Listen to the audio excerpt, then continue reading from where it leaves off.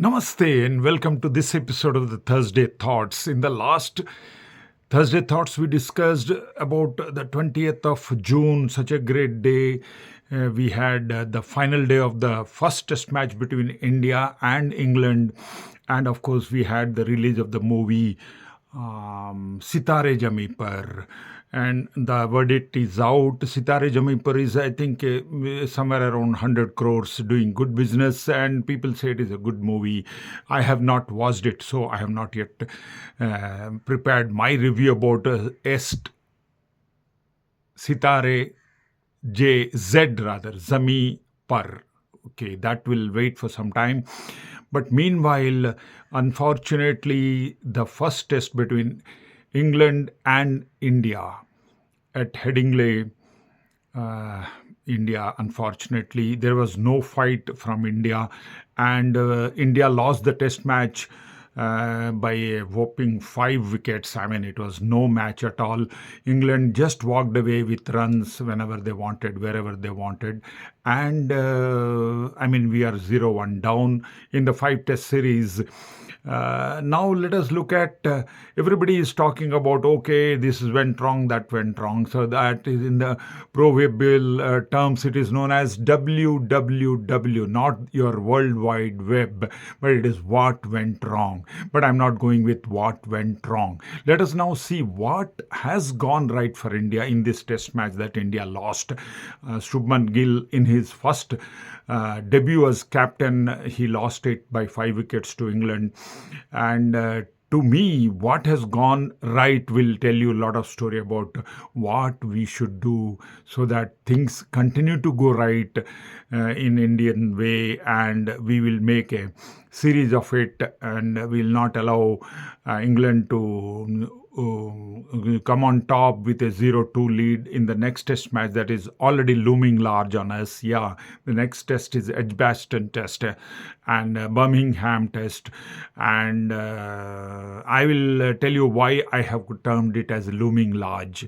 I mean, if people go with the statistics, I don't believe in statistics for once, because I'll tell you, if everything goes as per statistics, then the whole life is a straight line. It is not. So anywhere, anytime there can be a breakthrough, and you will change the statistics. You will challenge the statistic. That is where life lies. So I don't believe in statistics, but looming large I'm telling, because generally we talk in those terms. Out of the 8 test matches India has played against England at Edgbaston, Birmingham, 7 they have lost, and they have lost toss 6 times. I mean, that doesn't tell us anything, but it is looming large, yes. And let us see what went right for India in the lost test match, in the first test match, that is between India and England. This particular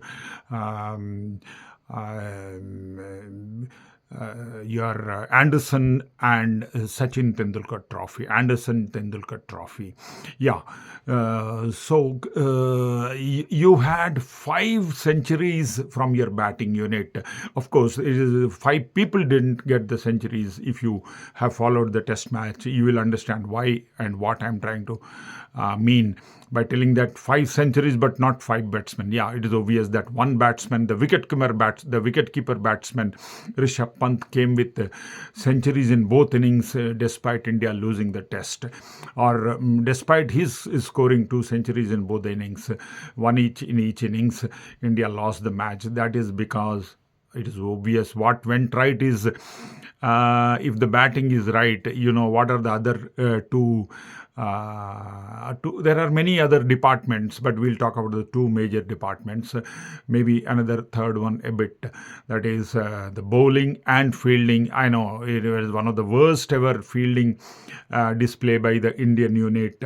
Yashasvi Jaiswal dropping 4 or 5 catches, and plenty of catches being dropped by many of the fielders and bowlers. I mean, they had a very, very bad a test match, a forgettable test match at that. So my suggestion for the Indian team, I know nobody is listening, but day after tomorrow is the second test starting. So, and there are a lot of people guessing their predictions about the team constitution. So why not? I, being a cricket fan for such a long, almost 50 years, I also want to just chip in with my suggestions. Yeah, when I told the batting unit is good, don't disturb the batting. Yes, you're right. Karun Nair 0 and 20. Then the debutant. Sai Sudarshan 0 and 30. A lot of people are dropping them. I don't want to drop them. As you know, Karun Nair is coming back to Indian cricket, Test cricket, after his famous triple century. So he should be given another chance. That's what I told in the earlier Thursday thought as well. So I'm not changing Sai Sudarshan nor Karun Nair, but I'm changing obviously the other department which failed miserably. And people are telling it's already Bumrah is tired. Then why at all you are playing, sir? I think you are not indispensable. Let the cricket world know, let the Indian cricket BCCI know that Bumrah is not indispensable. He might have taken 5 wickets. What happened to him? Why he could not take a single wicket in the second innings when there was a fiver in the offer for him? So India precisely lost by 5 wickets. So Bumrah not taking any wicket. So he's resting. That's what I'm told. And that will be a good decision as well.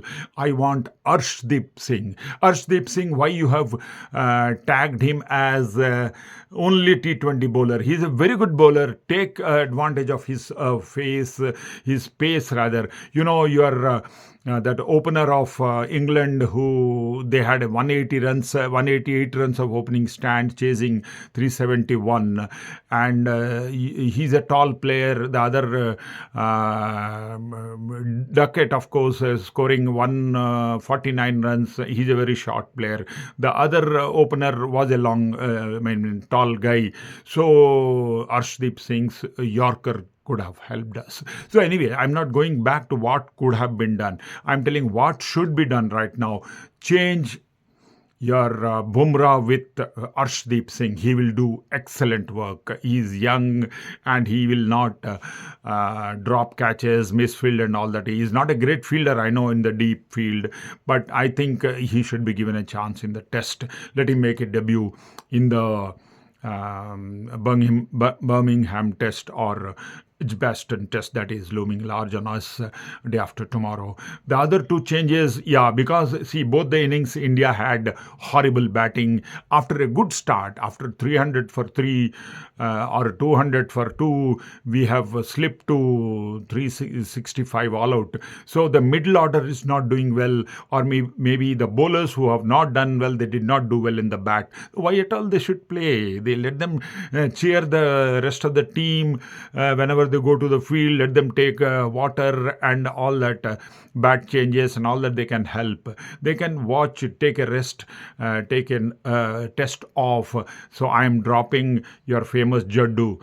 Not doing much. I don't like his presence in the team because he has not done well in the first test. He dropped a catch also, being the best fielder. So it's time you should think of somebody else, a good spinner. Maybe Kuldeep Yadav should find a place.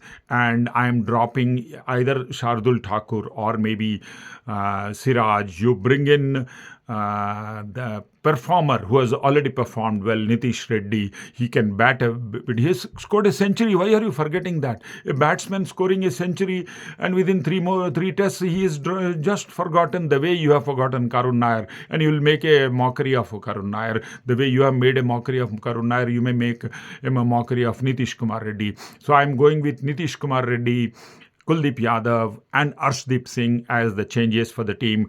All the best. Don't worry about the past. You will make differences. And about captaincy, I thought I can share a bit.